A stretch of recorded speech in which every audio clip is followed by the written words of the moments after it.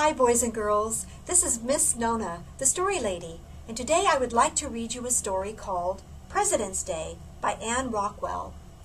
In February we celebrate President's Day for two of our most famous presidents. Let's find out a little more about them, shall we? President's Day is when we celebrate the birthdays of George Washington and Abraham Lincoln. They were both born in February many years ago. They were both very great presidents of our country, the United States of America.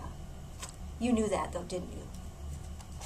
Oh, there's Washington and there's Lincoln.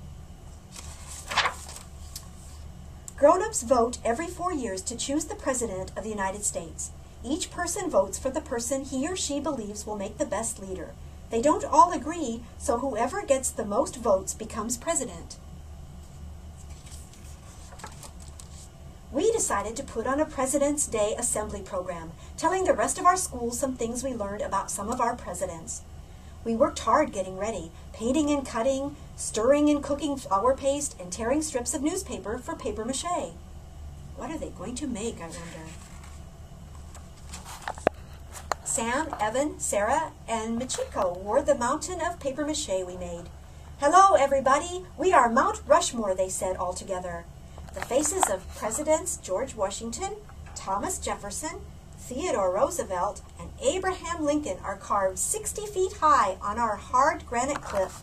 Now each of these presidents will tell you about himself. Look at those kids. They kind of look like Mount Rushmore, don't they?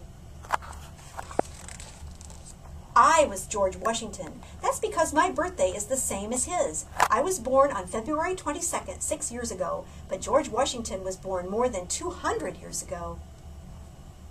I like her hairdo. "Good morning," I said in a deep voice. "I led the American people when they fought to be free from the King of England. We won, so I was elected the first president of a brand new country called the United States of America."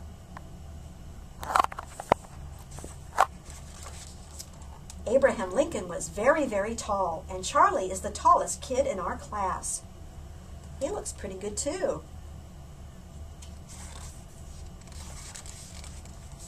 "I am the 16th President of the United States," he said. "I kept the United States together when it split in two. I said, 'A house divided against itself cannot stand,' and I meant it.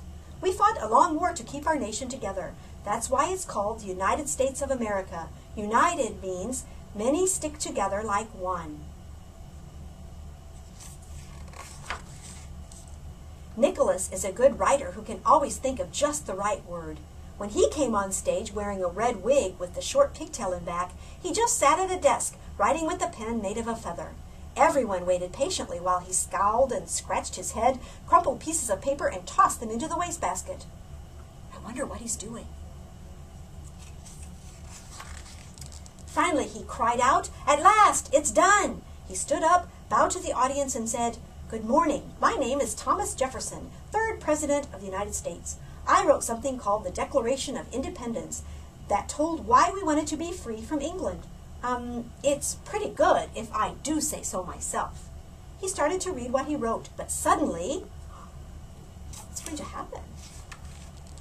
Jessica came galloping out on a hobby horse. "Good morning," she shouted. "My name is Theodore Roosevelt, but you can call me Teddy. I'm the 26th President of the United States. When I was a kid, I was sick a lot and couldn't go out to play. But when I grew up, I was healthy and strong and loved the outdoors. I wanted a lot of this big, beautiful land to always be wild. That's why we set aside more land to be national parks where plants and animals could always be wild." She looks like she's having fun. Pablo and Evelyn came on stage carrying a long mural we had painted of giant redwood trees, the Grand Canyon, Old Faithful spouting, and animals in the Everglades. Some of the stuff that's in our national parks. The rest of us joined them. Mount Rushmore, George Washington, Abraham Lincoln, Thomas Jefferson, and Teddy Roosevelt on his horse. We bowed while everyone in the audience clapped for a long time. I think it was a pretty good program.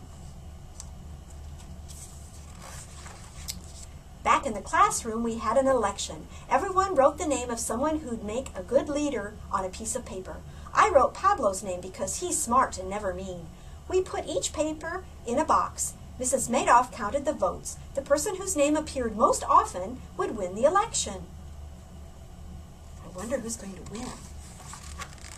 Guess what? I won, just like George Washington, Thomas Jefferson, Abraham Lincoln, and Teddy Roosevelt, and today's President of the United States.